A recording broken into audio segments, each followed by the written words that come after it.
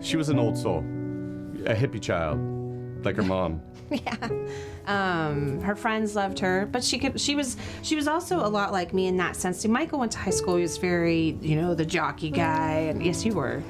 She could be really somber and quiet and internalized, but she could also be very gregarious. She was the perfect combo of her and I, Kristen and I. Yeah. Because I'm one to keep everything in. Yes. And make sure everybody's happy.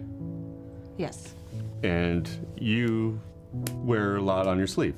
Like emotion, Yeah, and the poor girl had to make sure. Yeah, I think it's a good mix. It is.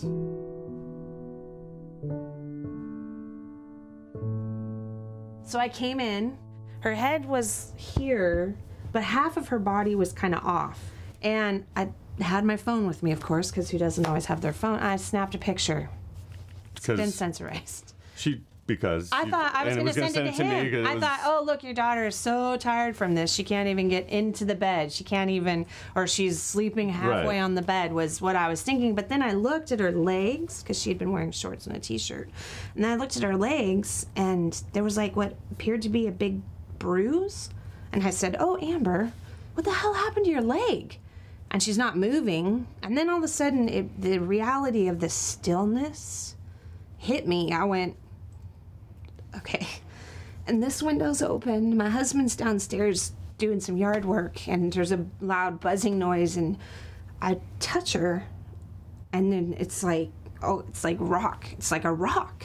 And then I just start screaming and running, and I dropped the phone in the stairwell, screamed outside, and neighbors are out there with their kids, and I'm just screaming, she's dead, she's dead, she's dead. And Chris comes running upstairs, and then I hear him just screaming, no, no, no, no, Amber, no. And he had rolled her over just to make sure that she was. I don't even know how he had the strength to even do that, but he knew that he had to make sure. And she was.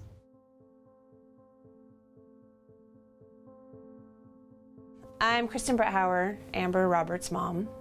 I'm Michael Roberts, Amber's dad. And we're both directors of Amber's Hope, the nonprofit that we started with the heroin, opiate prevention, and education is the hope.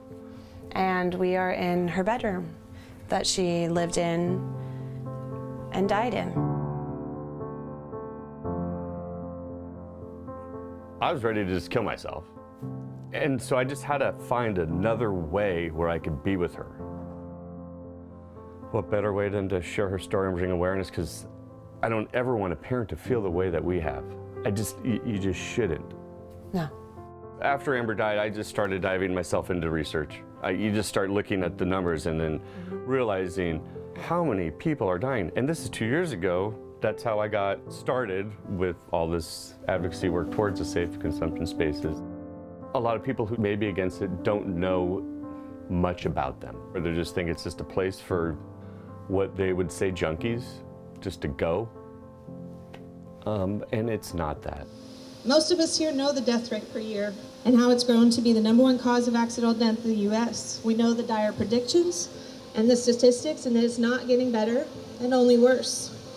We stand up today to say these lives are not throwaways, they're not moral or intellectual failures, and collectively we fight to end the blame and shame so others can find the tools, resources, and means to recover from heroin and opioids. That night, Amber had told her best friend, Lindsay, that she wanted to stop using. This was going to be her last time.